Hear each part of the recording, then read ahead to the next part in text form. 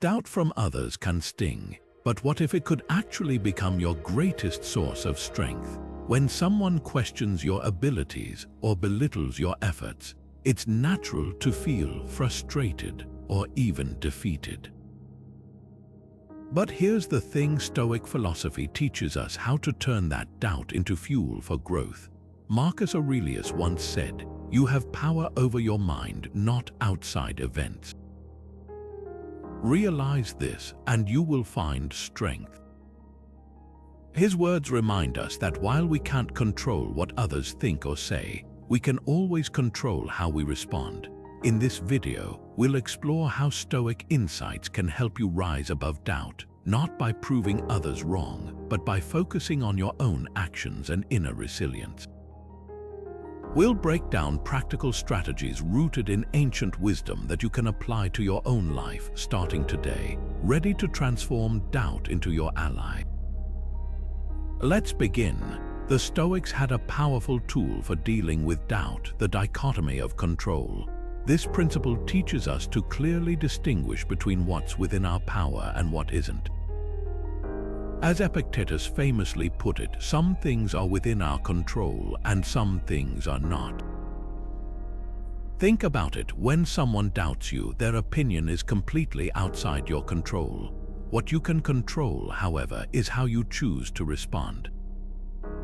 Do you let their words derail you, or do you focus on your own actions, your own growth? Imagine you're working on a project and someone dismisses your effort, saying it's not good enough.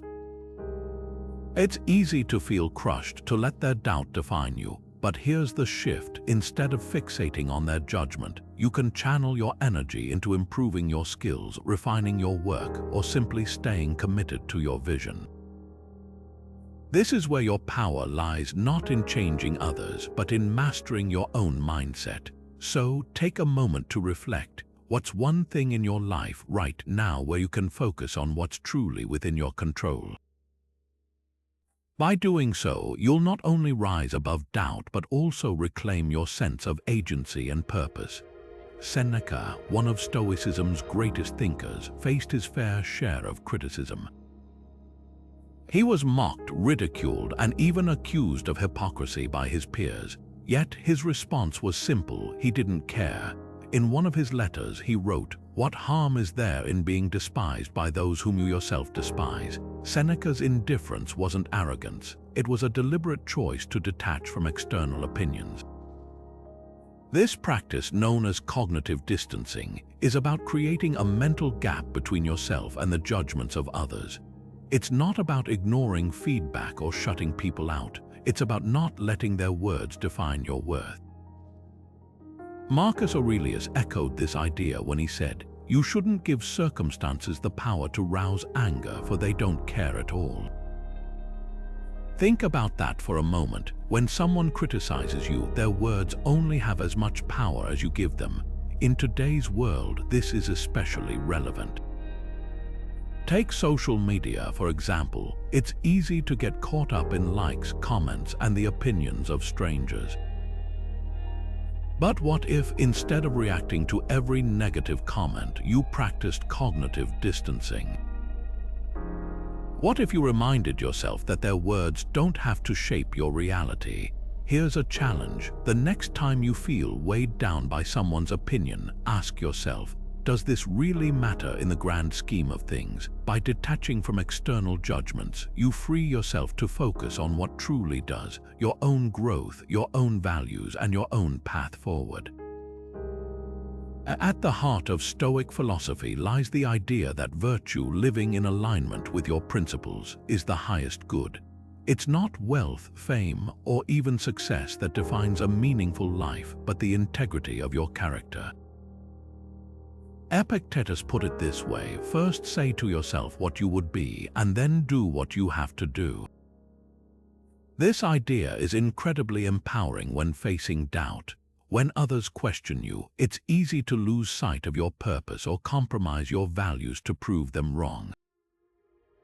But the Stoics remind us that external validation is fleeting.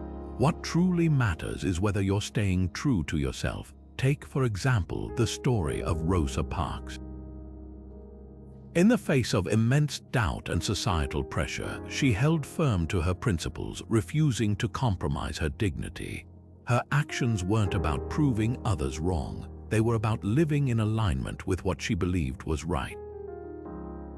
This is the essence of Stoic virtue. So, what about you? What are the principles that guide your life? And how can you ensure that, even when faced with doubt, those principles remain your compass?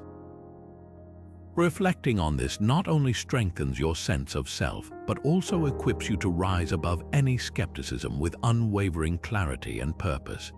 Have you ever stopped to consider if the doubt you feel comes more from within than from others? It's often our own inner critic that amplifies external skepticism, making us question our abilities or worth. Seneca understood this deeply. He was a big advocate of daily reflection, a practice where you take a few moments at the end of each day to examine your actions, thoughts, and reactions. He believed this was essential for self-awareness and growth. Marcus Aurelius took this idea further, writing in his Meditations, "Waste no more time arguing what a good person should be. Be one." This isn't just about self-criticism, it's about understanding yourself better, recognizing your strengths, and identifying areas where you can improve. So, how can you start practicing this? A simple exercise is to keep a journal. At the end of each day, ask yourself, how did I respond to doubt today? Did I let it shake me, or did I use it as an opportunity to grow? By writing down your reactions, you'll start to notice patterns. Maybe you're quick to doubt your decisions, or perhaps you tend to overcompensate when criticized. The goal isn't to judge yourself, but to gain insight. Over time, this practice can help you respond to doubt with clarity and confidence, rather than fear or frustration. So grab a notebook and give it a try. You might be surprised at how much you learn about yourself and how much stronger you become. Adversity is inevitable. Everyone, at some point, will face doubt, criticism, or setbacks.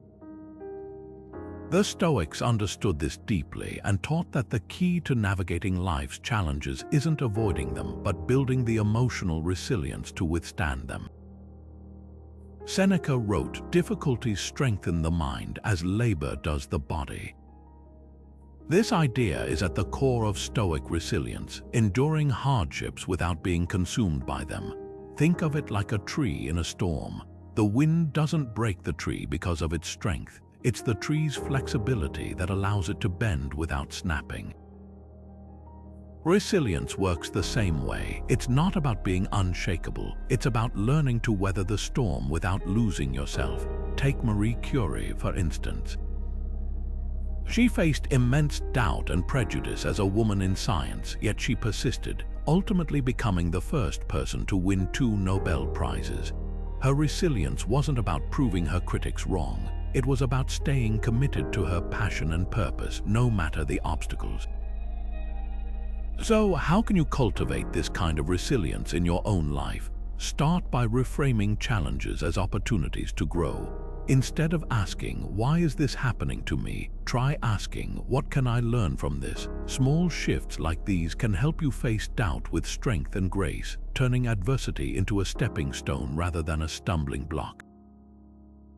The next time you're met with skepticism, remember, resilience isn't about avoiding the storm, it's about learning to dance in the rain. To the Stoics, adversity wasn't just something to endure, it was something to embrace. They saw challenges, including the sting of doubt, as opportunities to grow stronger and wiser.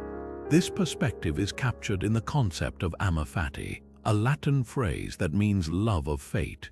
Amaphati is about accepting everything that happens to you, not with resignation but with gratitude. It's about saying, "This is what's happening right now, and I will find the good in it." Marcus Aurelius put it beautifully when he wrote, "The impediment to action advances action." What stands in the way becomes the way. In other words, obstacles aren't just roadblocks, they're stepping stones. Imagine you're learning a new skill and someone tells you you'll never succeed. That doubt might hurt, but what if you saw it as a challenge to push yourself harder? What if that criticism became the very thing that motivated you to prove yourself wrong? This isn't about ignoring the difficulty, it's about finding the value in it. A relatable example might be a writer who faced rejection after rejection. Instead of giving up, they used each no as a chance to refine their craft, eventually leading to a breakthrough. That's the power of Amaphati. It transforms setbacks into opportunities. So, how can you start embracing this mindset? Begin by asking yourself, what can this moment teach me? Whether it's doubt from others or a personal setback, there's always a lesson waiting to be uncovered. By reframing adversity as a teacher, you'll not only rise above it but also grow into a stronger, more resilient version of yourself. Why do we so often seek approval from others, even when we know it doesn't define our worth? The Stoics had a simple yet profound answer. True self-worth comes from within, not from external validation. Epictetus said it best: if you want to improve, be content to be thought foolish and stupid. This isn't about ignoring feedback entirely. It's about not letting the opinions of others dictate your sense of self. Think about it. When you're constantly trying to prove yourself to critics, you're giving them power over your happiness. It's exhausting, and it's ultimately futile because you can't control what others think. A practical example might be a musician who pours their heart into their work, only to face harsh criticism. If they spend all their energy trying to win over their detractors, they risk losing sight of why they started making music in the first place. The Stoic approach would be to focus on their own passion, their own growth, and let the criticism fall away. So, here's a question to reflect on. When was the last time you sought external validation, and how did it affect you? By recognizing this tendency, you can start to shift your focus inward, finding confidence in your own values and actions rather than the fleeting approval of others. This is how you build unshakable self-worth, one moment of self-awareness at a time. When someone doubts you, the first instinct might be to react with anger or defensiveness. But here's the catch: those emotions often amplify the situation, making the doubt feel even heavier. The Stoics had a different approach, maintaining equanimity or calmness even in the face of criticism. Seneca once advised, the greatest remedy for anger is delay. A pause, even just a moment, can change everything. It allows you to respond thoughtfully rather than react impulsively. Consider the story of Malala Yousafzai, who faced immense doubt and hostility for her advocacy of girls' education. Instead of lashing out, she responded with grace and determination, turning her critics' skepticism into a platform for global change. Her calmness didn't diminish her strength, it magnified it. So, how can you start practicing this in your own life? The next time you're met with doubt, take a deep breath. Give yourself a moment to process before responding. Ask yourself, will my reaction help or hinder this situation? By choosing calmness over reactivity, you take control of the narrative, showing not just confidence but also resilience. This simple shift can transform how you navigate doubt, turning it from a stumbling block into a stepping stone. What if the very doubt that feels like an obstacle could actually become a gift? The Stoics believed that challenges, criticism, and setbacks aren't just things to endure, they're opportunities to grow, and gratitude is the key that unlocks their potential. Marcus Aurelius once wrote, when you arise in the morning, think of what a precious privilege it is to be alive, to breathe, to think, to enjoy, to love. This mindset extends to how we view adversity. Instead of seeing doubt as a threat, we can choose to see it as a teacher, one that reveals our strengths, exposes our weaknesses, and pushes us to improve. Think about Thomas Edison, who famously faced countless failures and criticism while inventing the light bulb. He didn't view these setbacks as defeats. He saw them as lessons, famously saying, "I have not failed. I've just found 10,000 ways that won't work." His gratitude for the process, not just the outcome, allowed him to persevere and ultimately succeed. So, how can you apply this to your own life? The next time someone doubts you or a challenge feels overwhelming, pause and ask yourself, what can I learn from this? How is this helping me grow? By practicing gratitude for even the toughest moments, you shift your perspective, turning doubt into a catalyst for growth. It's not about pretending things are perfect. It's about finding the value in imperfection and using it to move forward with confidence and purpose. Can doubt ever be a good thing? At first glance, it might seem like an enemy, a force that undermines confidence and stalls progress. But what if we've been looking at it the wrong way? The Stoics believed that doubt, like any challenge, could be reframed as a catalyst for growth. Epictetus once said, "Every obstacle is the raw material for growth." Turn your stumbling blocks into stepping stones. This isn't just a catchy phrase, it's a mindset shift. When someone doubts you, it's an opportunity to reassess, to improve, and to prove to yourself what you're capable of. Take the story of Michael Jordan, for instance. When he was cut from his high school basketball team, many doubted he'd ever make it. Instead of letting that doubt define him, he used it as fuel. He practiced harder, pushed himself further, and eventually became one of the greatest athletes of all time. His doubters didn't hold him back, they propelled him forward. So, how can you start shifting your own perspective on doubt? Begin by asking yourself, what can this moment teach me? How can I use this as motivation rather than a setback? By viewing doubt not as a roadblock but as a challenge to rise above, you unlock its potential to drive you toward greater achievements. It's not about silencing the doubters, it's about proving to yourself what you're truly capable of. Doubt has a sneaky way of pulling us off course, making us question not just our abilities but our very purpose.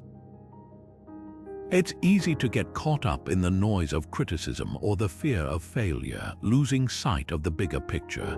The Stoics, however, had a remedy for this: unwavering focus on long-term goals. Seneca once said, "If one does not know to which port one is sailing, no wind is favorable."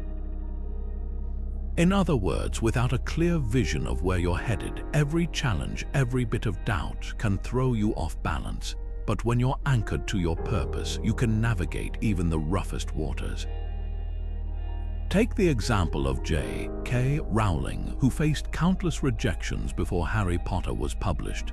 Critics doubted her, but she stayed committed to her goal of sharing her story with the world. Her persistence wasn't about proving them wrong, it was about staying true to her vision. So, what about you? What's the port you're sailing toward? And how can you keep your focus steady even when doubt tries to steer you off course? By anchoring yourself to your long-term goals, you transform doubt from a distraction into a compass, guiding you closer to where you're meant to be. The Stoics often spoke of the mind as an inner citadel, a fortress that no external force could penetrate unless we allowed it. Marcus Aurelius described it this way: "Nowhere can a person find a quieter or more untroubled retreat than in his own soul." This metaphor is powerful because it reminds us that no matter what's happening outside, we have the ability to retreat within ourselves and find peace. Building this mental fortress doesn't mean shutting out the world. It means creating a space where doubt and criticism can't shake your core. Take the example of Mahatma Gandhi, who faced relentless opposition and criticism during India's struggle for independence. Yet he remained steadfast in his principles, drawing strength from his inner resolve. His ability to stay calm and focused, even in the face of immense doubt, was a testament to the power of an unshakable inner citadel. So, how can you start building your own? Begin by identifying your core values, what truly matters to you beyond the opinions of others.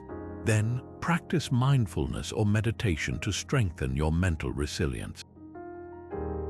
It's not about becoming invincible, it's about creating a safe harbor within yourself where you can always return, no matter the storm outside. By fortifying your inner citadel, you'll find that doubt loses its power to disrupt your peace. Why does comparing ourselves to others so often leave us feeling inadequate? It's a question worth asking because in a world filled with constant social updates and public achievements, it's easy to fall into the trap of measuring our worth against someone else's. The Stoics warned against this, urging us to focus on our own journey rather than external benchmarks. Epictetus put it plainly: it is impossible for a person to begin to learn what he thinks he already knows. In other words, when we're busy comparing, we're not growing. Think about it. If you're constantly looking at what someone else has achieved, you're diverting energy that could be spent improving yourself. A great example of this is the musician who stopped scrolling through social media and focused solely on their craft. Instead of feeling discouraged by others' successes, they channeled their energy into perfecting their art, eventually finding their own unique voice. This isn't about ignoring others' accomplishments, it's about not letting them overshadow your own progress.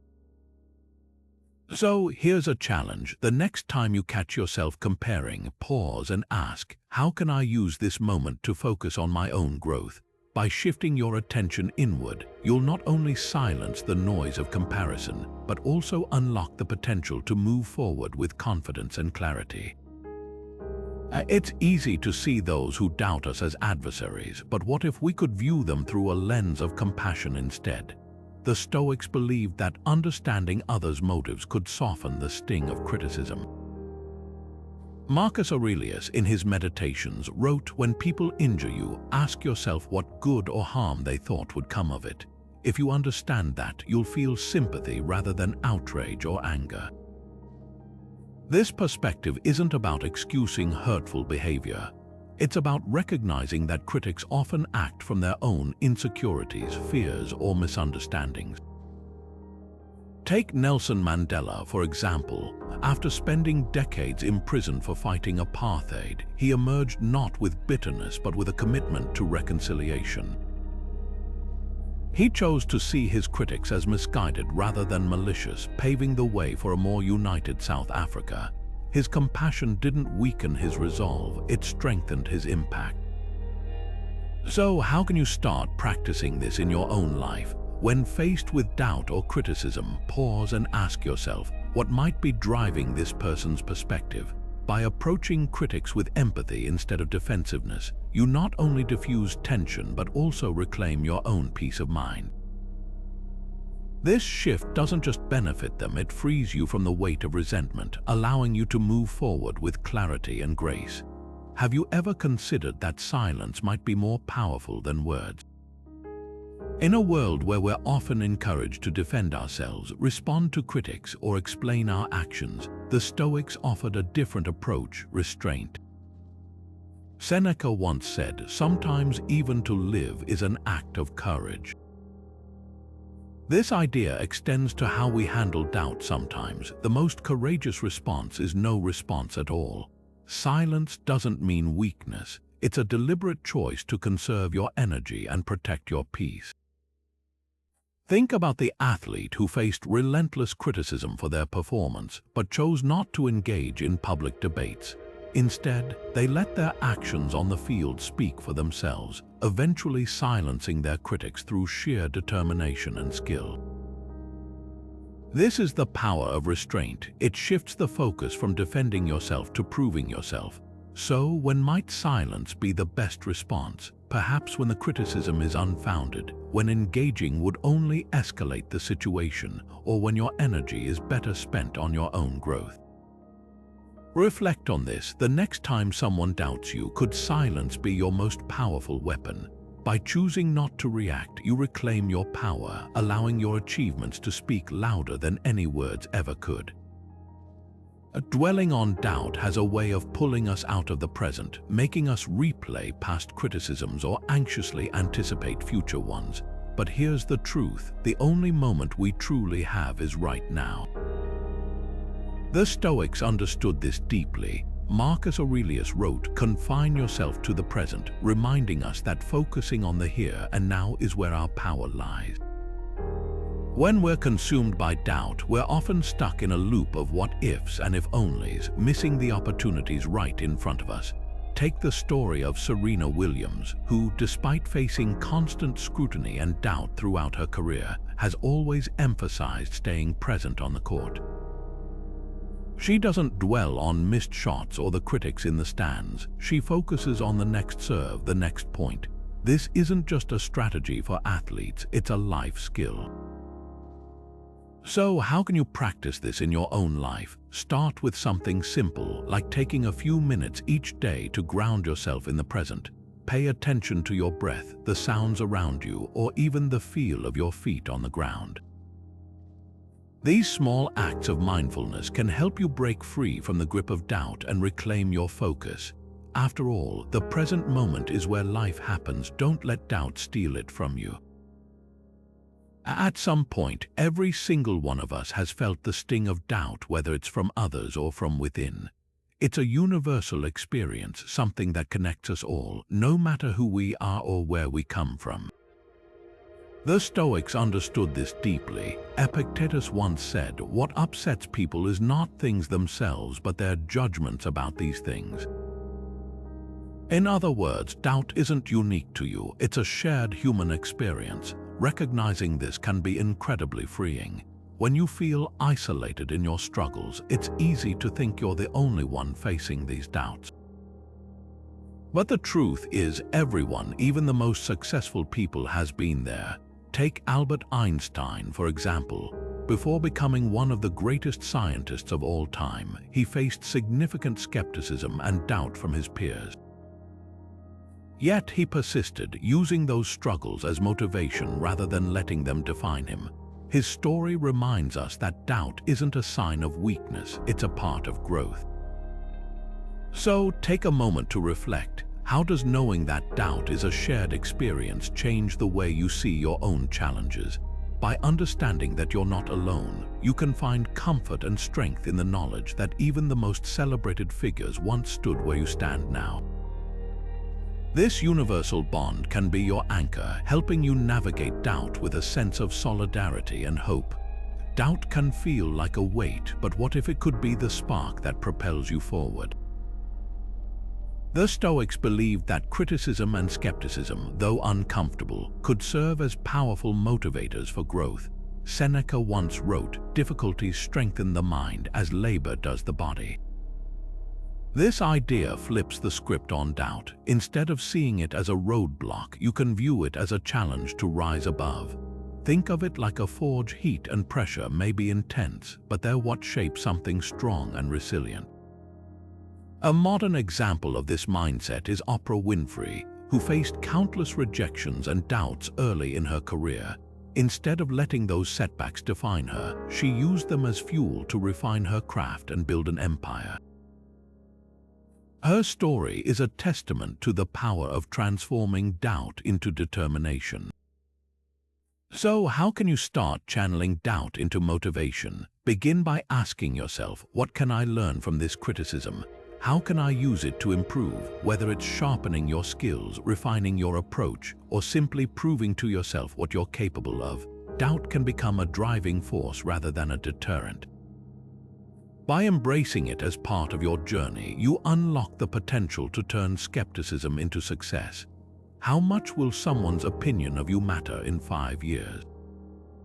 Or even 5 months? The Stoics often reminded us that external judgments are fleeting, as transient as the wind.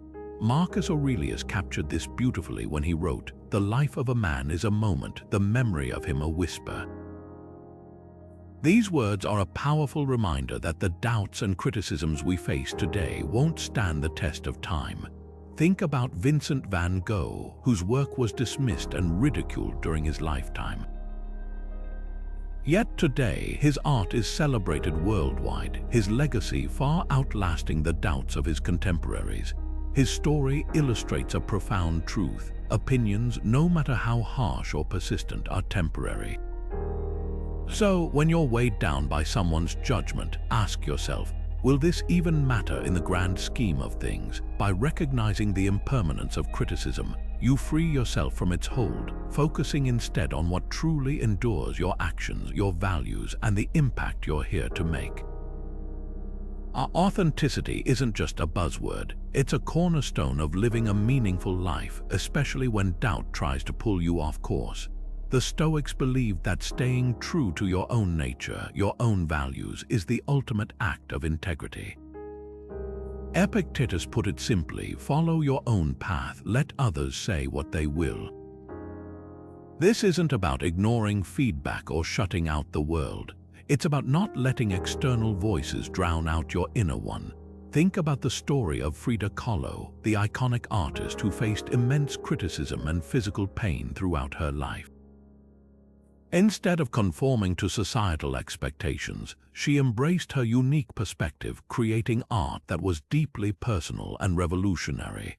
Her authenticity didn't just define her work, it inspired generations. So how can you stay true to your own path, even when faced with doubt? Start by identifying what truly matters to you, your core values, your passions, your vision for your life. Then make decisions that align with those principles, even if they don't always win approval. It's not about being rigid or stubborn. It's about being guided by your inner compass rather than external pressures. Take a moment to reflect: what does authenticity look like for you? And what's one small step you can take today to stay true to it? By honoring your own path, you not only rise above doubt, but also create a life that's uniquely, unapologetically yours. And so we come full circle through the lens of Stoic philosophy. Doubt isn't something to fear or avoid, but an opportunity to grow stronger, wiser, and more resilient. We've explored how to focus on what's within our control, letting go of the need for external validation. We've learned to detach from the opinions of others, seeing them not as truths but as reflections of their own perceptions. And we've discovered the power of staying true to our values, anchoring ourselves to what truly matters. These principles aren't just abstract ideas, they're practical tools for navigating life's challenges with grace and purpose. As Seneca once said, it is not because things are difficult that we do not dare, it is because we do not dare that they are difficult. Inner strength, he reminds us, isn't found in avoiding hardships but in facing them head-on. So, as you move forward, I encourage you to take these Stoic insights with you. When doubt arises, see it as a chance to rise higher, to prove to yourself just how capable you are. And if you found value in this journey, I'd love to hear your thoughts. What's one principle that resonates most with you? Share in the comments below, and let's continue this conversation together. Remember, the power to rise above doubt lies within you. All you need to do is take the first step.